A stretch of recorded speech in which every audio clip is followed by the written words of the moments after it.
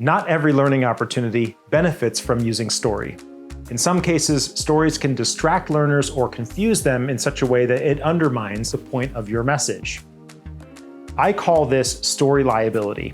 A story liability is where a listener fixates on a detail that's relatively minute, doesn't pertain to the core message that the storyteller wants to convey, and then they go down these rabbit holes of distractive thought to the point where they're not listening to you anymore.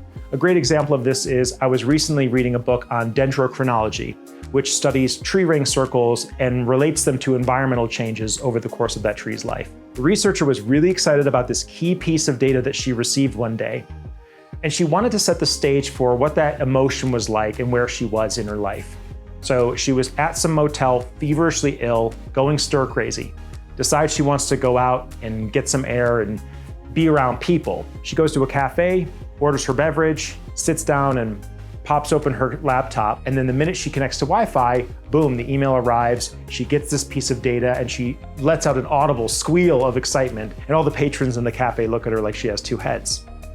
While I understand the benefit of speaking to this sensory experience and trying to relate the emotional intensity of that find to the audience, all I could think about while she was talking was, why would you, as a scientist and a critical thinker, knowingly go out into public while you are contagious? Why would you put people at risk? Maybe COVID has made me a bit hypervigilant with regard to contagion, but this illustrates a key point about how story liability can dramatically impact the outcome of our stories. I wasn't listening to what she had to say. I don't remember any of the points that she was trying to convey. So if you want to limit your own story liability, you have to be very lean in the details that you give your listeners. Those details should be causal. They should relate directly to moving your story forward, meaning that they have to have happened in that way.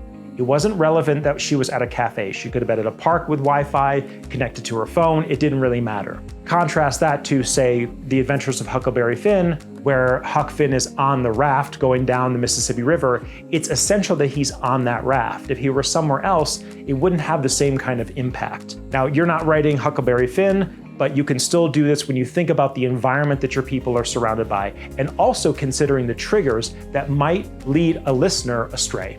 I hope that helps, and let me know what you think in the comments.